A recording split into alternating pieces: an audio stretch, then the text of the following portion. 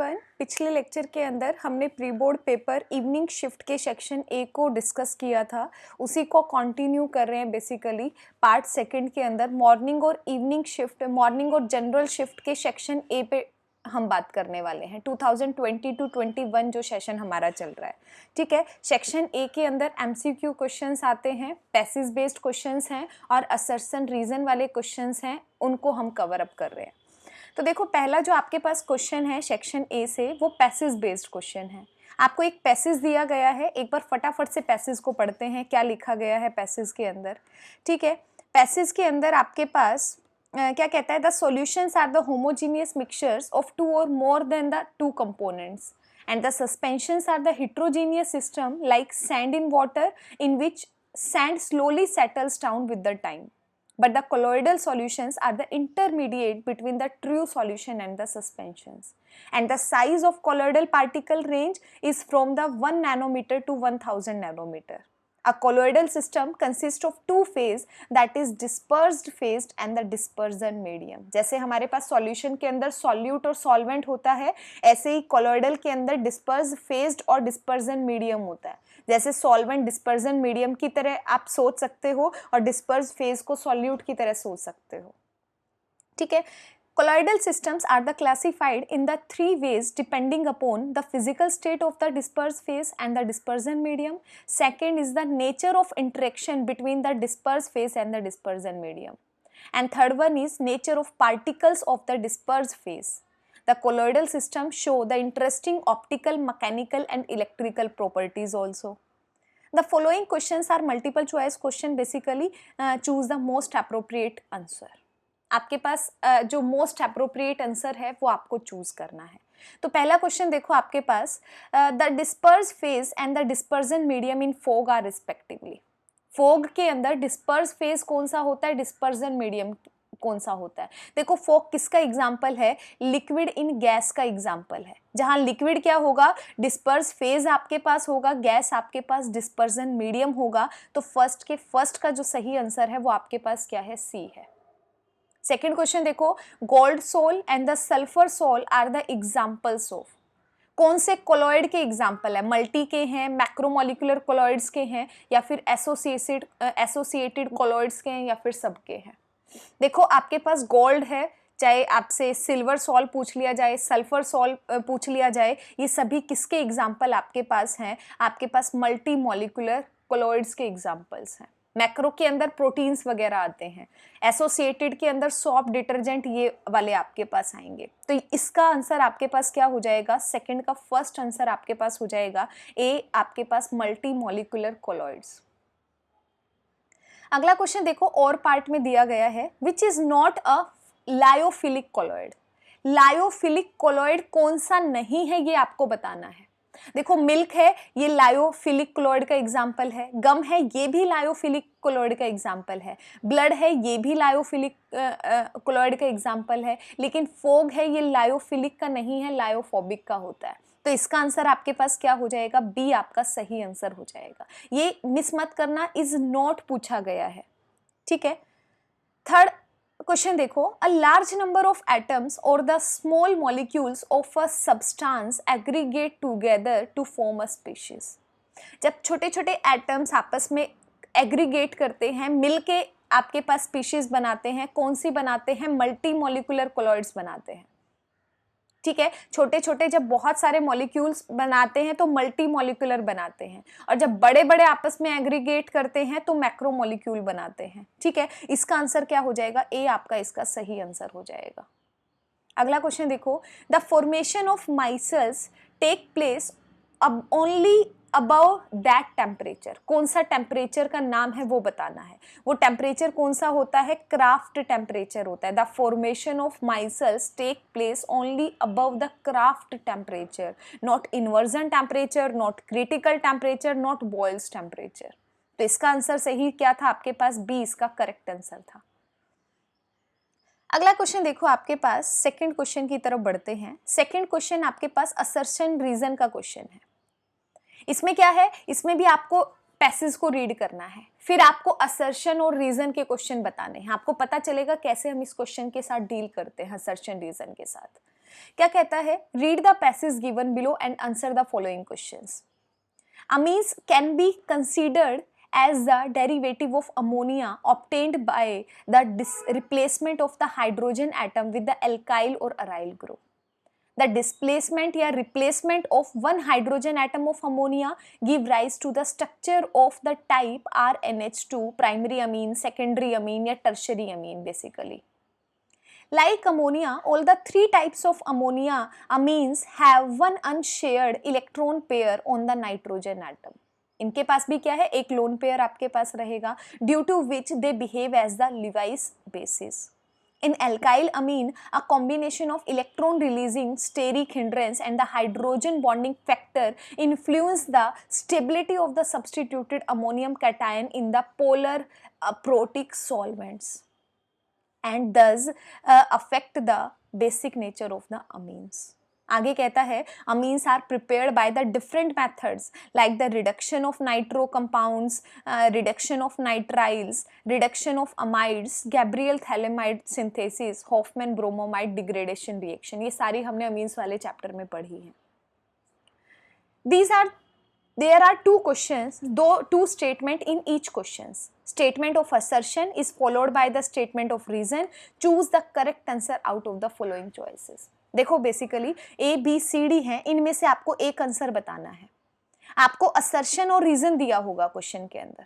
आपको ये चेक करना है क्या असर्शन ठीक है, क्या रीजन में जो स्टेटमेंट दे रखी है वो ठीक है. अगर दोनों ठीक है तो आपको ये देखना है कि रीजन आपका क्या करेक्ट एक्सप्लेनेशन है असर्शन की, तो आपको बताना है कि ए आंसर होगा उसके लिए. अगर करेक्ट एक्सप्लेनेशन नहीं है तो बी आंसर होगा. और अगर एक सही है, असर्शन ठीक है, रीजन की स्टेटमेंट गलत है तो सी आंसर हो जाएगा.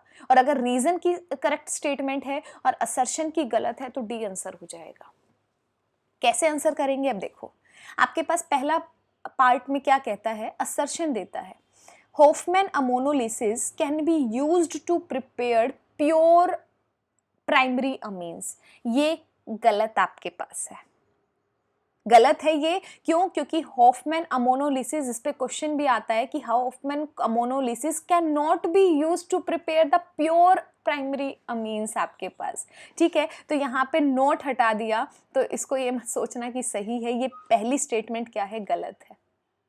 अब देखो रीजन में क्या लिखा सही गया है या गलत लिखा गया है. ये कहता है ammonolysis of halo alkane lead to the multiple substitution of the alkyl groups on the nitration. बिल्कुल सही बात है, मल्टीपल सब्सटीट्यूशन आपके पास होता है. इतनी सारी रिएक्शंस आपने यहाँ पे पढ़ी हुई है अपनी एनसीईआरटी के अंदर, तो सेकेंड वाली स्टेटमेंट सही है. देखो क्या है, असर्शन गलत है, स्टेटमेंट ही गलत है, रीजन वाली सही है. दोनों में से एक तो सही मिलेगी, क्योंकि दोनों गलत का ऑप्शन आपको दे ही नहीं रखा. ठीक है, तो यहाँ पे एक गलत है एक सही है. देखो असर्शन गलत है तो सही आंसर क्या हो जाएगा, इसका डी आंसर हो जाएगा. क्या होगा, assertion is a wrong statement but the reason is the correct statement. तो इसका फर्स्ट पार्ट का आंसर क्या हो जाएगा, डी आपके पास हो जाएगा. अगला क्वेश्चन देखो, और कॉन्फिडेंस आपका बढ़ेगा. इसमें कहता है assertion aniline can not be prepared by the Gabriel phthalimide synthesis. बिल्कुल सही बात है, एनिलीन को हम गैब्रियल थैलीमाइड सिंथेसिस से प्रिपेयर नहीं कर सकते. ये करेक्ट स्टेटमेंट आपके पास है. ठीक है, तो यहाँ पर आपके पास क्या हो जाएगा, ये आपके पास सही है तो इसके आगे सही टिक कर लो कि ये लाइन सही लिखी गई है. आगे देखो क्या कहता है, phthalimide does not react with chlorobenzene due to the large size of the phenyl group. ये गलत स्टेटमेंट है. ऐसा नहीं है कि ये क्लोरोबेंजीन के साथ रिएक्ट नहीं करता लार्ज साइज की वजह से. ये गलत स्टेटमेंट आपको दी हुई है. तो देखो असर्शन ठीक है, रीजन गलत है. तो सही आंसर देखो, असर्शन ठीक है, रीजन गलत है. किस में आता है, सी पार्ट में आता है. तो सेकंड का आंसर क्या हो जाएगा आपके पास, सी सही आंसर हो जाएगा. अगला देखो, थर्ड आपके पास aniline is the less basic than ammonia. बिल्कुल सही बात है, एनिलीन है उसकी बेसिसिटी कम होती है अमोनिया में. क्यों? क्योंकि एनिलीन के अंदर बेंजीन रिंग के ऊपर आपके पास NH2 ग्रुप लगा हुआ होता है. ठीक है, और यहाँ पर जो आपके पास NH2 ग्रुप आपने लगाया है वो अपने इलेक्ट्रॉन शेयर को डोनेट इजीली नहीं करता. क्यों? क्योंकि ये इलेक्ट्रॉन किस में चले जाते हैं, डीलोकलाइज्ड हो जाते हैं इस बेंजीन रिंग के अंदर. तो इसीलिए इसकी बेसिसिटी आपके पास जनरली कम हो जाती है अमोनिया के कंपैरिजन में. तो आपके पास क्या है, एनिलीन लेस बेसिक है देन अमोनिया. ये बिल्कुल सही बात है. अब रीजन देखो क्या सही लिखा गया है, the lone pair of nitrogen in aniline is donated into the ring through the resonance. अब ये भी मैंने बताया, ये बात सही है कि अपने इलेक्ट्रॉन को क्या कर देता है, इस बेंजीन रिंग के अंदर डीलोकलाइज्ड कर देता है। अब ये चेक करो दोनों सही हैं, दोनों सही हैं तो ए और बी में से एक आंसर हो सकता है, सी और डी क्रॉस हो गए आपके पास। क्यों? ए में भी लिखा है असर्शन और reason both are the correct statement, और बी में भी लिखा है करेक्ट स्टेटमेंट। बस अगला आपको पोर्शन देखना है कि क्या reason is the correct explanation for the assertion और नोट। देखो अब रीजन देखो, रीजन कैसे देखोगे, पहली लाइन लगाओ और पहली लाइन के आगे बिकॉज लगा देना और फिर देखना मैच होती है या नहीं होती है। देखो, aniline is the less basic than the ammonia because the lone pair on the nitrogen in aniline is donated into the ring through the resonance। बिल्कुल सही है, इसका रीजन बिल्कुल फिट बैठ रहा है। तो इसका मतलब असर्शन भी ठीक है, रीजन की स्टेटमेंट भी ठीक है, और रीजन करेक्ट एक्सप्लेनेशन आपके पास असर्शन की है, तो सही आंसर क्या हो जाएगा, ए आपके पास हो जाएगा।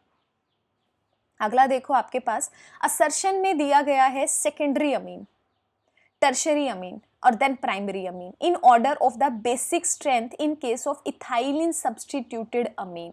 इथाइलिन सब्स्टिट्यूटेड अमीन में जो बेसिसिटी आपके पास होती है वो उसका क्या होता है, सबसे पहले सेकेंडरी, फिर आपके पास टर्शरी, फिर आपके पास प्राइमरी, यही होती है और यही यहाँ पे लिखी गई है। सेकेंडरी अमीन है, टर्शरी अमीन है और ये प्राइमरी अमीन है। इसका मतलब पहली स्टेटमेंट सही है। अगली देखो रीजन में क्या लिखा गया है, the change of nature of the alkyl group does not result in the change in the order of the basic strength. इसने कहा है कि अगर मैंने एल्काइल ग्रुप का चेंज कर दिया ऑर्डर तो वो बेसिक स्ट्रेंथ में चेंज नहीं करेगा, ये बिल्कुल गलत स्टेटमेंट है। आपने देखा है कि अगर मैंने इथाइल या कोई दूसरा सब्स्टिट्यूटेड अमीन आपके पास लिया है अमीन के केस में, तो सेकेंडरी, टर्शरी, प्राइमरी होती है, और यही बेसिसिटी अगर मैं मिथाइल अमीन में निकालती हूं तो सेकेंडरी, प्राइमरी और टर्शरी आपके पास ऑर्डर होता है। तो बेसिकली क्या है कि एल्काइल ग्रुप की वजह से बेसिसिटी पे चेंज आ रहा है, इसने लिखा है does not result in the change of order of basic strength. इसका मतलब ये स्टेटमेंट गलत है। तो इसमें क्या है, असर्शन ठीक है, रीजन गलत है। तो आंसर देखो कौन सा मैच करेगा, असर्शन ठीक है, रीजन आपके पास गलत स्टेटमेंट है। तो सही आंसर क्या हो जाएगा आपके पास, सी आपका इसका करेक्ट आंसर हो जाएगा। अगला देखो आपके पास और वाला portion, acetanilide is the less basic than aniline. ये बिल्कुल सही है। एनिलीन की बेसिसिटी एसिटोनालाइड के कंपैरिजन में क्या होती है, ज्यादा होती है, या ये कहो एसिटोनालाइड की क्या है, कम बेसिसिटी होती है। बिल्कुल सही स्टेटमेंट आपके पास है। देखो बेसिसिटी पे मैंने लेक्चर डाला भी है, एक क्वेश्चन बेसिसिटी से पूछा जाता है, बहुत इंपॉर्टेंट है अमीन्स की बेसिसिटी, तो मैं नीचे डिस्क्रिप्शन लिंक में दे भी दूंगी आपको, उसको देखना मत भूलना, ठीक है। बेसिसिटी जरूर करनी है आपको। तो यहां पर क्या है, सही स्टेटमेंट है। आगे कहता है acetylation of the aniline results in the decrease of lone pair density on the nitrogen. ये भी बिल्कुल सही बात है, क्योंकि एसिटाइलेशन के अंदर नाइट्रोजन पर पॉजिटिव चार्ज जनरेट हो जाता है, ठीक है, और वहां पर क्या है, इलेक्ट्रॉन डेंसिटी कम हो जाती है। तो पहली भी ठीक है, दूसरी भी ठीक है, और इसी रीजन की वजह से, क्योंकि लोन पेयर डेंसिटी कम हो जाती है, इसकी बेसिसिटी भी कम होती है। कम अवेलेबिलिटी हो जाएगी लोन पेयर इलेक्ट्रॉन्स की, तो बेसिसिटी भी क्या हो जाएगी, कम हो जाएगी आपके पास। तो इसका मतलब असर्शन भी ठीक है, रीजन भी ठीक है, और ये भी फिट बैठता है। Acetanilide is the less basic than aniline because acetylation of aniline results in the decrease of lone pair density on the nitrogen. तो इसका मतलब असर्शन भी ठीक, रीजन भी ठीक, and reason is the correct explanation of the assertion. तो सही answer क्या हो जाएगा, ए है जो आपका सही मैच करेगा। यहाँ पे देखो ए आपका सही मैच करता है, ठीक है। तो थर्ड क्वेश्चन की तरफ बढ़ते हैं। 3 से 11 क्वेश्चन आपके पास हैं, वो एमसीक्यू के क्वेश्चन आपके पास रहेंगे, ठीक है, जो 1-1 मार्क के ही हैं। देखो थर्ड क्वेश्चन क्या कहता है, iodoform test is not given by. Iodoform test कौन कौन नहीं देता, इथेनल है, इथेनल के अंदर क्या है, COCH3 ग्रुप है, देता है। पेंटेन 2 ऑन है, बिल्कुल देता है। इथेनॉल है, ये भी आइडोफोम टेस्ट देता है, लेकिन पेंटेन 3 ऑन नहीं देता, क्योंकि पेंटेन 3 ऑन के अंदर COCH3 ग्रुप आपके पास नहीं होता है। एक कैरेक्टरिस्टिक है एक आपकी ये आइडोफोम टेस्ट की। आपसे क्वेश्चन मॉर्निंग शिफ्ट वाले में यही क्वेश्चन पूछा गया था, आपसे पूछा था distinguish between the pentane 2 own and pentane 3 own. Pentane 2 own pentane 3 own को डिस्टिंग्विश कैसे करते हैं? आइडोफॉर्म टेस्ट से डिस्टिंग्विश करते हैं। पेंटेन 2 ओन वाला आइडोफॉर्म टेस्ट देता है, पेंटेन 3 ओन वाला नहीं देता। इसमें इसको एमसीक्यू में डाल के पूछ लिया। आंसर क्या हो जाएगा? थर्ड का फोर्थ आंसर आपके पास होगा, डी आपका करेक्ट आंसर होगा, क्योंकि इसने लिखा है iodoform is not given bye pentane 3 own. Fourth question की तरफ बढ़ते हैं। देखो, विच of the following ions is colourless? आपको बताना है कि कलरलेस कौन होगा। देखो, कॉपर के ऊपर पॉजिटिव चार्ज है, ए ऑप्शन से स्टार्ट करते हैं। आपको पता है कि कॉपर की इलेक्ट्रॉनिक कॉन्फ़िगरेशन क्या है? D10S1 आपके पास होती है, 3D10 4S1 आपके पास है। अब देखो +1 चार्ज है, इसका मतलब एक इलेक्ट्रॉन निकाल दिया तो ये S1 से इलेक्ट्रॉन चला जाएगा, क्या बचेगा? D10 बच गया। और D10 क्या है? फुली फिल्ड इलेक्ट्रॉनिक कॉन्फ़िगरेशन है। अनपेयर्ड इलेक्ट्रॉन कितना है? 0 आपके पास है। और अगर fully filled electronic stable configuration होती है, अनपेयर्ड इलेक्ट्रॉन 0 होता है, तो आपके पास वो पर्टिकुलर आयन कैसा होता है? कलरलेस होता है। तो आपको आगे बढ़ने की जरूरत ही नहीं थी। आपका सही आंसर क्या हो गया? ए आपका सही आंसर हो गया।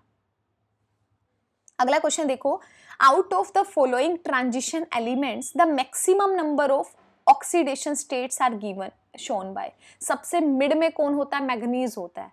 ये क्वेश्चन बहुत बार हम पढ़ते भी हैं। मैग्नीज है, उसमें सबसे ज्यादा number of unpaired electrons present होते हैं, इसीलिए maximum number of oxidation state है वो यही शो करता है। तो सही आंसर क्या होगा? आपके पास मैग्नीज होगा, इस चीज को याद रखना। +7 तक आपके पास ऑक्सीडेशन स्टेट को शो करता है मैग्नीज। क्यों? क्योंकि नंबर ऑफ अनपेयर्ड इलेक्ट्रॉन सबसे ज्यादा यहां पर होते हैं। अगला क्वेश्चन देखो आपके पास, using the data given below find out the strongest reducing agent. देखो, स्ट्रॉन्गेस्ट रिड्यूसिंग एजेंट कौन होगा? जो ऑक्सीडेशन को इजीली आपके पास कर दे।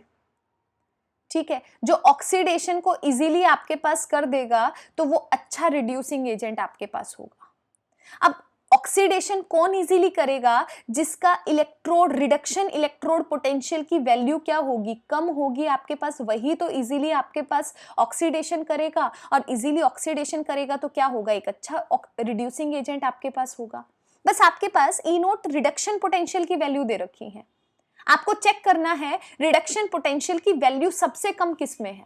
यहां देखो 1.33, 1.55 सारी पॉजिटिव में है, ये भी पॉजिटिव है, ज्यादा वैल्यू है। सबसे कम किसकी है? क्रोमियम की आपके पास है, क्रोमियम +3 क्रोमियम की आपके पास है। क्रोमियम +3 से किस में जा रहा है? क्रोमियम में आपके पास जा रहा है। तो बेसिकली क्या होगा? क्रोमियम की आपके पास ज्यादा होगी। तो आंसर क्या हो जाएगा आपके पास यहाँ पर? जो फोर्थ डी ऑप्शन है।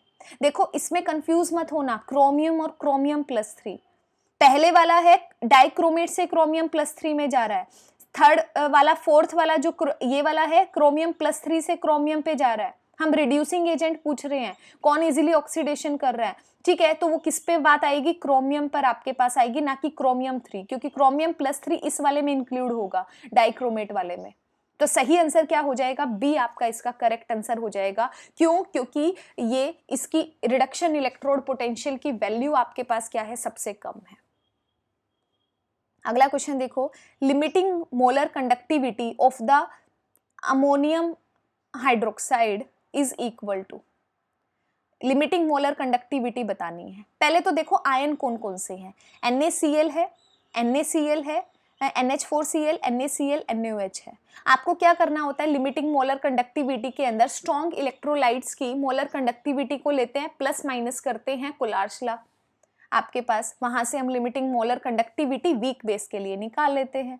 ठीक है, वरना हम स्ट्रॉन्ग के लिए भी निकाल सकते हैं, इलेक्ट्रोलाइट के लिए, वीक इलेक्ट्रोलाइट के लिए भी निकाल सकते हैं। बस आपको ये देखना है जिनको हम प्लस माइनस करें और NH4OH आपके पास आ जाए। देखो, लास्ट से ही स्टार्ट करते हैं। आपके पास क्या है? NH4OH है, NH4Cl है, NH4Cl के अंदर NaOH डाला, तो कौन कौन से आयन हो गए? NH4 हो गया, Cl हो गया, Na हो गया, OH हो गया। आपको क्या चाहिए? ये NH4 और OH आपको चाहिए। ठीक है, इधर से NH4 चाहिए, इधर से OH चाहिए। तो उसके लिए क्या करना पड़ेगा? ये NaCl को माइनस करना पड़ेगा ना। तो इन दोनों की मोलर कंडक्टिविटी को ऐड किया, NaCl की मोलर कंडक्टिविटी को माइनस कर दिया, तो क्या बचेगा, NH4OH आपके पास बच जाएगा। तो यहाँ पे जो सही आंसर आपके पास होगा वो क्या होगा, डी आपका करेक्ट आंसर हो जाएगा। अगला क्वेश्चन देखो, the incorrect statement about the interstitial compound. Incorrect statement बतानी है कि गलत स्टेटमेंट कौन सी है इंटरस्टिशियल कंपाउंड्स के रिगार्डिंग। तो देखो पहला क्या है, they are the chemically reactive, they are the very hard, they retain metallic conductivity and have the high melting point. तो यहाँ पे जो आपके पास सही आंसर होगा वो क्या होता है, ए आपका सही आंसर है। इंटरस्टिशियल कंपाउंड है, हार्ड भी होते हैं, क्यों, क्योंकि जो वॉइड के अंदर है बाहर से आयन आपके पास जाके ऑक्यूपाई कर रहे हैं उस स्पेस को, तो वो हार्ड रहेगा, इंटरेक्शन वहां पर और ज्यादा रहेगी। वो मेटेलिक कंडक्टिविटी को रिटेन करके रखता है, ये भी उसकी प्रॉपर्टी है। उसका मेल्टिंग पॉइंट अगर हार्ड है तो मेल्टिंग पॉइंट क्या होगा, ज्यादा होगा। एक चीज तो यहां से कंफर्म थी, अगर मेल्टिंग पॉइंट ज्यादा है और हार्डनेस है, ये दोनों तो इंटरकनेक्ट हैं, दो आंसर गलत है नहीं, एक आंसर गलत है, तो ये दोनों तो सही ही होंगे ना। ये कॉमन सेंस भी आप लगा सकते थे। तो यहाँ पे सही आंसर, क्योंकि इनकरेक्ट स्टेटमेंट पूछी है तो आपके पास क्या है, केमिकली रिएक्टिव आपके पास इसकी इनकरेक्ट स्टेटमेंट है। अगला क्वेश्चन देखो, 7th question, in the first order reaction the slope in the plot of LNR concentration of reactant versus time gives the. आपको स्लोप बताना था कि फर्स्ट ऑर्डर रिएक्शन का आपके पास स्लोप क्या होता है। देखो फर्स्ट ऑर्डर रिएक्शन है, ग्राफ कैसे आता है, ऐसे आता है। जीरो ऑर्डर की बात करूं तो भी ग्राफ ऐसे आता है, बस यहां पर R की कंसंट्रेशन ली जाती है आपके पास टाइम के साथ, ठीक है। यहां पर टाइम बेसिकली होगा, यहां पर LNR आपके पास आता है और यहां पर टाइम होगा। ये फर्स्ट की है, ये आपके पास जीरो ऑर्डर की रिएक्शन का ग्राफ आपके पास है। और मैंने आपको बताया था जब रिवाइज करवाया था, चाहे जीरो ऑर्डर का ग्राफ हो चाहे फर्स्ट ऑर्डर का ग्राफ हो, दोनों का सेम आ रहा है। फर्क क्या है, यहाँ R लिया जा रहा है, R की कंसंट्रेशन, फर्स्ट ऑर्डर के अंदर LNR की कंसंट्रेशन ली जा रही है। यहां पर भी स्लोप -K आता है फर्स्ट ऑर्डर में, और जीरो ऑर्डर में भी स्लोप क्या रहता है, -K रहता है। याद रखना है इस बात को, ठीक है। तो सही आंसर 7th का क्या हो जाएगा, बी आपका करेक्ट आंसर हो जाएगा। इसके बाद देखो 8th क्वेश्चन की तरफ बढ़ते हैं। Out of the following the one which is the most reactive towards the nucleophilic substitution reaction. Nucleophilic substitution reaction में कौन होगा, alkyl halide, CH3 CH2 CH2 Cl। ये तो आप देखते ही बता सकते हो आई थिंक। 8th का डी आपका सही आंसर है। ये डबल बॉन्ड वाला ये भी नहीं होगा, सी भी नहीं होगा और क्लोरोबेंजीन भी नहीं होगा। सही आंसर क्या होगा, डी आपके पास होगा। ये आपके पास ज्यादा रिएक्टिव रहता है न्यूक्लियोफिलिक सब्स्टिट्यूशन की तरफ में, ठीक है। क्यों, क्योंकि पॉजिटिव चार्ज यहाँ पे क्या है, इलेक्ट्रॉन डेंसिटी सबसे कम आपके पास बेसिकली रहेगी औरों के कंपैरिजन में। न्यूक्लियोफाइल यहाँ पर अटैक इजीली करना पसंद करेगा। यहाँ देखो आपके पास 9th क्वेश्चन के अंदर पूछता है, which of the following will give the test for the iron +3 in the solution. Solution के अंदर आयरन +3 आयन आपके पास कौन देगा। देखो आपके पास FeSO4 है, ध्यान से सुनना इस क्वेश्चन का आंसर। ये बहुतों ने गलत किया है, इस बच्चे ने भी गलत किया हुआ है। FeSO4 है, आयरन +2 आपके पास है, आयरन +3 तो है ही नहीं, तो ये तो गलत है ही। यहां देखो आपके पास आयरन किसमें है, +3 ऑक्सीडेशन स्टेट के अंदर है, डी में। आपके पास फर्स्ट है, फर्स्ट में भी +3 ऑक्सीडेशन स्टेट में है, सी के अंदर भी +3 ऑक्सीडेशन स्टेट के अंदर है। आपके पास 3 को यहां लेके जाओगे, बस आपको डिसाइड करना था तीनों +3 ऑक्सीडेशन स्टेट में है, तो +3 का टेस्ट कौन आपको देगा। देखो आपके पास ए के अंदर स्क्वायर ब्रैकेट लगाया है, मतलब कोऑर्डिनेशन कॉम्प्लेक्स दिया है, और हम कोऑर्डिनेशन कॉम्प्लेक्स की एक प्रॉपर्टी पढ़ते हैं कि जब भी हम इसको सॉल्यूशन के अंदर डालते हैं, एक्वस सॉल्यूशन के अंदर, तो ये आयंस में नहीं टूटता, ब्रेक डाउन नहीं होता। इसमें आयरन +3 अलग नहीं जाएगा, Cn- अलग नहीं जाएगा, क्योंकि कोऑर्डिनेशन कॉम्प्लेक्स आपको दे दिया। तो इसका मतलब आयरन +3 का टेस्ट नहीं देगा। डी में देखो यहां पर भी कोऑर्डिनेशन कॉम्प्लेक्स लिखा हुआ है, और कोऑर्डिनेशन कॉम्प्लेक्स की कोऑर्डिनेशन कंपाउंड्स की प्रॉपर्टी है कि जब भी उसको हम एक्वस सॉल्यूशन में डालते हैं वो अपने आयंस में ब्रेक डाउन नहीं होता है। तो यहां पर भी आयरन +3 नहीं टूटेगा, तो ये भी टेस्ट नहीं देगा। टेस्ट कौन देगा? जो हमारे पास सिंपल फेरिक सल्फेट दिया हुआ है, तो ये आपको टेस्ट देगा, क्योंकि ये फ्री है, ये कोऑर्डिनेशन कंपाउंड नहीं है आपके पास। ठीक है, तो यहां पर आपके पास क्या है? Coordination compound. अगर इस तरह से आपको दे रखा है तो इसका मतलब वो डेफिनेटली नहीं टूटेगा। यहां पर क्या है? फ्री है आयंस। जैसे ही एक्वा सॉल्यूशन के अंदर डालोगे, आयरन +3 है, वो क्या करेगा? आपके पास फेरिक हाइड्रोक्साइड के अंदर कन्वर्ट हो जाएगा वाटर के साथ रिएक्ट करके। ठीक है, तो सही आंसर क्या हो जाएगा? 9th का सी सही आंसर आपके पास हो जाएगा। क्वेश्चन नंबर 10th देखो, आपसे क्या पूछता है? Correct order of acidic strength. Acidic strength का करेक्ट ऑर्डर बहुत इजी है, हम याद करवाते हैं हमेशा क्लास के अंदर। नॉर्मली हम क्या कहते हैं? H पॉजिटिव को बाहर निकालो, क्या बनेगा? Cl4 negative, ClO3 negative, ClO2 negative, Cl negative. ठीक है, जितना ज्यादा जहां पर रेजोनेटिंग स्ट्रक्चर बनेगा, जो जितना ज्यादा स्टेबल कंजुगेट बेस आपके पास बनेगा, उसकी एसिडिक स्ट्रेंथ उतनी ही ज्यादा होती है। तो सबसे ज्यादा कौन बनता है? ClO4 नेगेटिव बनता है, रेजोनेटिंग स्ट्रक्चर ज्यादा होते हैं। या फिर हम डायरेक्ट भी याद करवाते हैं, जितने ज्यादा ऑक्सीजन अटैच यहाँ पर ऑक्सो एसिड्स के अंदर, उसकी एसिडिक स्ट्रेंथ उतनी ही ज्यादा हो जाएगी। तो सही आंसर आपके पास क्या हो जाएगा? डी आपका करेक्ट आंसर हो जाएगा। HClO4 का सबसे ज्यादा एसिडिक स्ट्रेंथ हो रहेगी, फिर HClO3 की रहेगी, फिर HClO2 की रहेगी, फिर HClO की रहेगी। और में देखो क्या पूछता है? Which of the following is the strongest base. बहुत इजी क्वेश्चन है, हम पढ़ते हैं डाउन द ग्रुप। आपके पास बेसिसिटी आपके पास है। ठीक है, बेसिसिटी किसमें ज्यादा है? आर्सेनिक के हाइड्राइड में है, फॉस्फोरस में है, एंटीमनी में है, अमोनिया में है। अमोनिया ज्यादा स्ट्रॉन्गेस्ट बेस आपके पास है। ठीक है, कॉमन सा क्वेश्चन है, बहुत इजी क्वेश्चन है, यहां पर भी सही लगाया है बच्चे ने। 11th क्वेश्चन देखो। अब 11th में कहता है alpha helix is a structural feature of.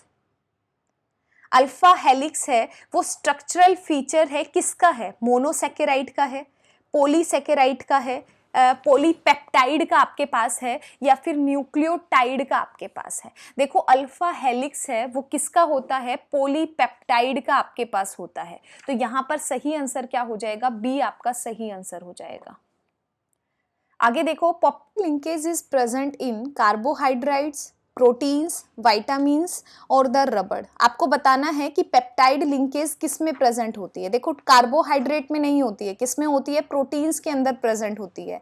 ये पिछले पेपर में भी क्वेश्चन आया हुआ था, उसमें आपसे इवनिंग शिफ्ट वाले में पूछा था कि प्रोटीन्स के अंदर किस तरह की लिंकेज प्रेजेंट है, तो आपने सही आंसर लगाया था पेप्टाइड लिंकेज। यहाँ पर उल्टा पूछा गया है कि पेप्टाइड लिंकेज किसके अंदर प्रेजेंट होता है, तो प्रोटीन आपका सही आंसर हो जाएगा, बी आपका करेक्ट आंसर हो जाएगा। अगला क्वेश्चन देखो, 12 to 16 जो आपके पास क्वेश्चन है वो किसके हैं? असर्शन रीजन वाले क्वेश्चन है। फिर से आपके पास ए है, ए बोलता है असर्शन और रीजन अगर सही होगा और रीजन करेक्ट एक्सप्लेनेशन होगा ए की, तो आपको ए आंसर करना है। और अगर असर्शन और रीजन करेक्ट स्टेटमेंट होंगे, रीजन आपका सही स्टेटमेंट नहीं होगा, ए की एक्सप्लेनेशन सही नहीं होगा, तो बी लगाना है। असर्शन सही, रीजन गलत, तो सी आंसर देना है। असर्शन गलत और रीजन सही, तो आपको डी आंसर करना है। तो पहला क्वेश्चन देखो आपके पास, पहला क्या है कि FF bond in the fluorine F2 molecule is weak. ये बिल्कुल सही है कि F2 मॉलिक्यूल, ये रीजनिंग क्वेश्चन में भी मैंने आपको पढ़ाया था, F2 और Cl2 को लेकर क्वेश्चन आता है पेपर में, बहुत बार रिपीट क्वेश्चन होता है। यहां देखो इसने कहा है FF बॉन्ड आपके पास है फ्लोरीन के अंदर, वो वीक होता है, ये बिल्कुल सही बात है। आगे देखो, fluorine is the smallest in size, ये भी बिल्कुल सही है। आपके पास असर्शन है, सही स्टेटमेंट है, रीजन है, सही स्टेटमेंट है, क्योंकि फ्लोरीन का साइज छोटा होता है। अब इसके आगे बिकॉज लगाकर देखो क्या एक्सप्लेनेशन सही है। ये कहता है FF bond in fluorine is weak due to the fluorine atom small in size. ये आंसर गलत है, आंसर ये रीजन नहीं होता। हम रीजन क्या कहते हैं कि जो फ्लोरीन आपके पास एटम है, यहां पर भी फ्लोरीन एटम है, दोनों का छोटा सा साइज है, इलेक्ट्रॉन बिल्कुल पास पास में है। इलेक्ट्रॉन्स पास पास में है तो उनके बीच में रिपल्शन होना स्टार्ट कर देता है, जिसकी वजह से बॉन्ड लेंथ आपके पास बढ़ जाती है और हम क्या कहते हैं, बॉन्ड डिसोसिएशन एनर्जी वहां पर कम हो जाती है, इसीलिए बॉन्ड आपके पास वीक रहता है आपके पास।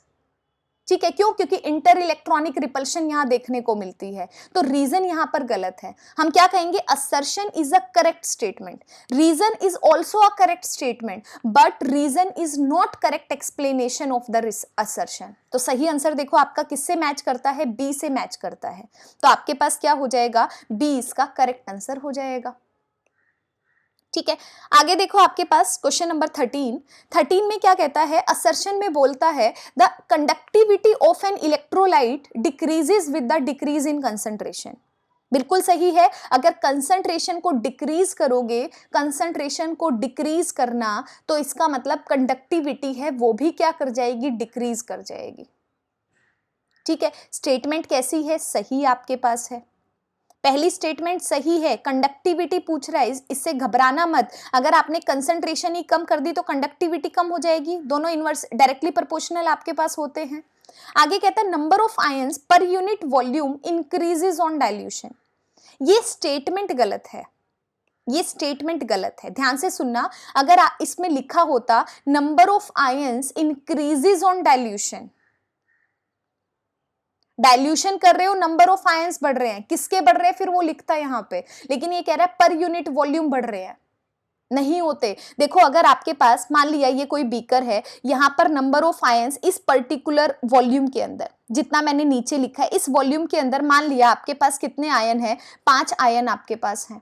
आपने डाइल्यूशन किया, डाइल्यूशन करने पे आपके पास क्या हो जाएगा? ये जो क्वांटिटी है वो डाइल्यूशन करने पे बढ़ जाएगी। अब ये जो 5 आयन आपके पास प्रेजेंट थे, ये पूरे के पूरे स्पेस में आपके पास रहेंगे, इस पूरी वॉल्यूम के अंदर 5 आयन है। लेकिन अगर मैंने इस पर्टिकुलर पर यूनिट वॉल्यूम की बात की, इसमें से तो डाइल्यूशन करने पे कम हो गए ना। अगर पूरे में 5 है तो यहां पर रहने की प्रोबेबिलिटी क्या होगी? 5 में से 4, 2, 3 इस तरह से प्रेजेंट होंगे। ठीक है आपके पास, तो इसका मतलब number of ions per unit volume increases on dilution, ये गलत स्टेटमेंट आपको दी है।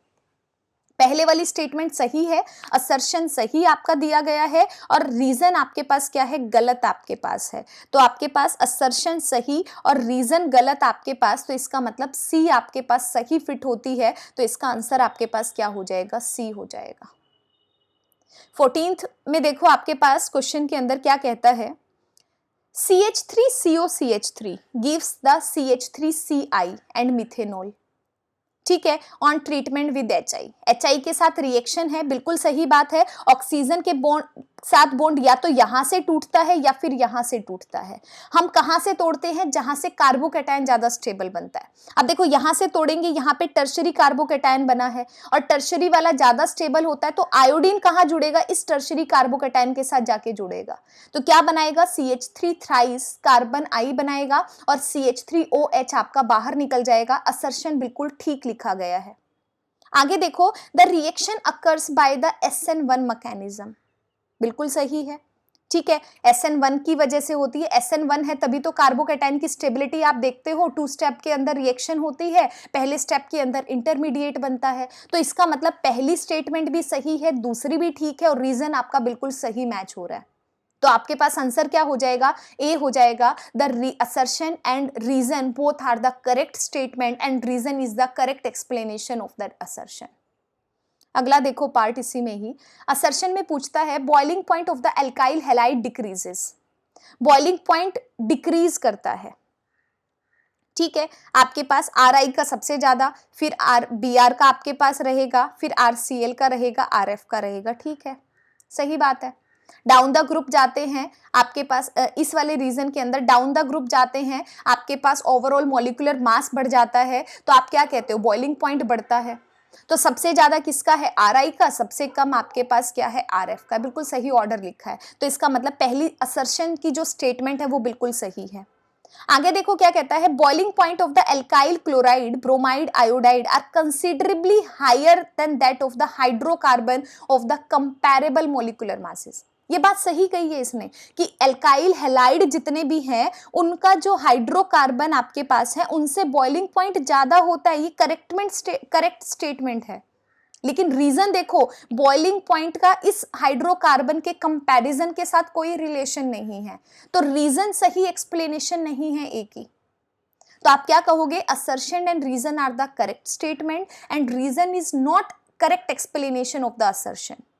तो आंसर क्या हो जाएगा, बी आपका यहाँ पर मैच करता है, बी आपका मैच करेगा ये वाला आंसर, तो आंसर इसके लिए क्या हो जाएगा, बी आपका करेक्ट आंसर हो जाएगा। इसका आंसर क्या हो जाएगा, बी आपके पास नीचे और वाले पार्ट का। अगला देखो क्वेश्चन नंबर 15 था आपके पास। असर्शन रीजन में पूछता है कि metallic transition metals have the high enthalpy of atomisation. बिल्कुल सही बात है, आपके पास क्या है, हाई एंथैल्पी ऑफ एटमाइजेशन होती है। इसका रीजनिंग क्वेश्चन भी पूछता है कि क्यों होती है, क्यों, क्योंकि आपके पास अनपेयर्ड इलेक्ट्रॉन्स यहाँ पर प्रेजेंट होते हैं। हम कहते हैं जितने ज़्यादा number of unpaired electrons present होते हैं उनकी एंथैल्पी ऑफ एटमाइजेशन उतनी ही ज़्यादा है। ठीक है, आगे देखो क्या कहता है, D block elements have the strong metallic bond. बिल्कुल सही बात है ना। हम एक रिलेशन मैंने बताया था जब आपको रिवाइज करवाया था डी ब्लॉक एलिमेंट्स को, हम कहते हैं नंबर ऑफ अनपेयर्ड इलेक्ट्रॉन्स जितने ज़्यादा हैं मेटेलिक बॉन्ड उतना ही स्ट्रॉन्ग होगा, मेटेलिक बॉन्ड वहां पर उतना ही एग्जिस्ट करेगा, और जितना ज्यादा बॉन्ड स्ट्रॉन्ग होगा एंथैल्पी ऑफ एटमाइजेशन क्या होगी, उतनी ही ज्यादा होगी। तो तीनों का रिलेशन एक दूसरे से रिलेट करता है। तो इसका मतलब पहली स्टेटमेंट भी सही है, दूसरी भी सही है, और आपके पास जो रीजन है वो असर्शन की करेक्ट एक्सप्लेनेशन भी है। तो आंसर क्या हो जाएगा, ए आपका सही आंसर हो जाएगा। क्वेश्चन नंबर 16 देखो, लास्ट क्वेश्चन है ए सेक्शन का। असर्शन में कहता है despite having aldehyde group glucose does not show the shift reagent. ये बिल्कुल सही बात है। ग्लूकोज है, शिफ्ट टेस्ट को बेशक से ग्लूकोज के अंदर एल्डिहाइड ग्रुप होता है, और एल्डिहाइड का कंफर्मेटरी टेस्ट हम क्या कहते हैं, शिफ्ट रिएजेंट बोलते हैं, जो कि पिंक कलर आपको देता है शिफ्ट रिएजेंट डालने पर। ये कहता है ग्लूकोज के पास एल्डिहाइड ग्रुप है, फिर भी वो शिफ्ट रिएजेंट शिफ्ट टेस्ट को नहीं देता है। ये बिल्कुल सही स्टेटमेंट इसने बोली है। अब देखो रीजन में क्या लिखा गया है, क्या स्टेटमेंट ठीक है। ये कहता है the aldehyde group in glucose is used to form the ring structure of the glucose. जो हम ग्लूकोज का एल्डिहाइड ग्रुप आपके पास है उसके अंदर प्रेजेंट, वो रिंग स्ट्रक्चर को बनाने में यूज किया जाता है। बिल्कुल सही बात है। हम पायरानोज वगैरह स्ट्रक्चर बनाते हैं, यहाँ से रिंग स्ट्रक्चर्स को फॉर्म करते हैं, ये भी सही है। अब देखो दोनों क्या आपस में कनेक्ट है। Despite having the aldehyde group glucose does not show the शिफ्ट test because the aldehyde group in glucose is used to form the ring structure of the glucose. अब क्योंकि ग्लूकोज यहाँ पे एल्डिहाइड ग्रुप फ्री नहीं है, क्यों, क्योंकि वो रिंग स्ट्रक्चर बना लेता है आपके पास, इसीलिए तो आपके पास टेस्ट नहीं देता है शिफ्ट रिएजेंट का। तो इसका मतलब जो रीजन है वो बिल्कुल करेक्ट एक्सप्लेनेशन है असर्शन की। तो यहाँ पर भी जो सही आंसर आपके पास हो जाएगा वो आपके पास ए हो जाएगा। तो इसी के साथ सेक्शन ए है, ये मॉर्निंग शिफ्ट जनरल शिफ्ट का पेपर है, ये भी कवर अप हो गया है। इससे पहले वाला जो मैंने वीडियो डाला है उसमें मैंने इवनिंग शिफ्ट का आपके पास सेक्शन ए जिसमें assertion reason passage based questions को सॉल्व करवाया है। इसके लास्ट में भी या डिस्क्रिप्शन बॉक्स में मैं आपको लिंक भी दे दूंगी, जिसने नहीं देखा है उसको भी देख लेना, बहुत इंपॉर्टेंट है। ठीक है, प्रैक्टिस ज़रूर करना इन सब क्वेश्चंस की। Thank you.